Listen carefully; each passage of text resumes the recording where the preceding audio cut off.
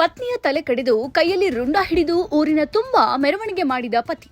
ಹೌದು, ಛತ್ತೀಸ್ಗಢದ ಕೋರ್ಬಾ ಜಿಲ್ಲೆಯಲ್ಲಿ ಮನಕುಲವೇ ತಲೆ ತಗ್ಗಿಸುವಂತಹ ಘೋರ ಘಟನೆಯೊಂದು ಜರುಗಿದೆ.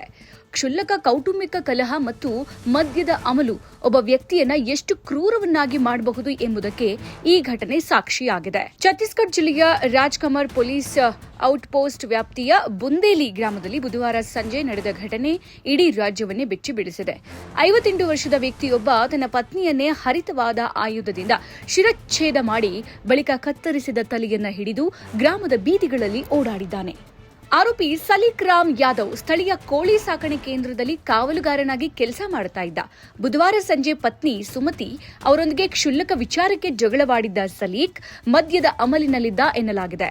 ಜಗಳ ವಿಕೋಪಕ್ಕೆ ಹೋದಾಗ ಕೋಳಿ ಕತ್ತರಿಸೋಕೆ ಬಳಸುವ ಹರಿತವಾದ ಮಾಂಸ ಕತ್ತರಿಸುವ ಆಯುಧದಿಂದ ಪತ್ನಿಯ ಕುತ್ತಿಗೆಗೆ ಬಲವಾಗಿ ಏಟು ಹಾಕಿ ಶಿರಚ್ಛೇದ ಮಾಡಿದ್ದಾನೆ. ಹತ್ಯೆಯ ನಂತರದ ದೃಶ್ಯಗಳು ಗ್ರಾಮಸ್ಥರನ್ನ ಸ್ತಬ್ಧಗೊಳಿಸಿದ್ವು. ಸಲೀಕ್ ಒಂದು ಕೈಯಲ್ಲಿ ಪತ್ನಿಯ ಕತ್ತರಿಸಿದ ತಲೆಯನ್ನು ಮತ್ತು ಇನ್ನೊಂದು ಕೈಯಲ್ಲಿ ರಕ್ತ ಸಿಕ್ತ ಆಯುಧವನ್ನ ಹಿಡಿದುಕೊಂಡು ಗ್ರಾಮದ ಬೀದಿಗಳಲ್ಲಿ ಓಡಾಡಿದ್ದಾನೆ. ಬಳಿಕ ತಲೆ ಮತ್ತು ಆಯುಧವನ್ನ ಪ್ಲಾಸ್ಟಿಕ್ ಚೀಲದಲ್ಲಿ ತುಂಬಿಕೊಂಡು ನೇರವಾಗಿ ಪೊಲೀಸ್ ಠಾಣೆಗೆ ತೆರಳಿ ಶರಣಾಗಿದ್ದಾನೆ. ಪೊಲೀಸ್ ವಿಚಾರಣೆಯ ವೇಳೆ ಸಲೀಕ್ ನೀಡಿದ ಹೇಳಿಕೆಗಳು ಆಘಾತಕಾರಿಯಾಗಿವೆ.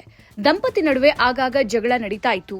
ಮೂಲತಃ ಅಜ್ಗರ್ ಬಹಾರ್ ಹಲ್ದಿಮಾಡ ಗ್ರಾಮದ ಈ ದಂಪತಿ ಕಳೆದ 3 ವರ್ಷಗಳಿಂದ ಈ ಕೋಳಿ ಸಾಕಣೆ ಕೇಂದ್ರದಲ್ಲಿ ನೆಲೆಸಿದ್ರು.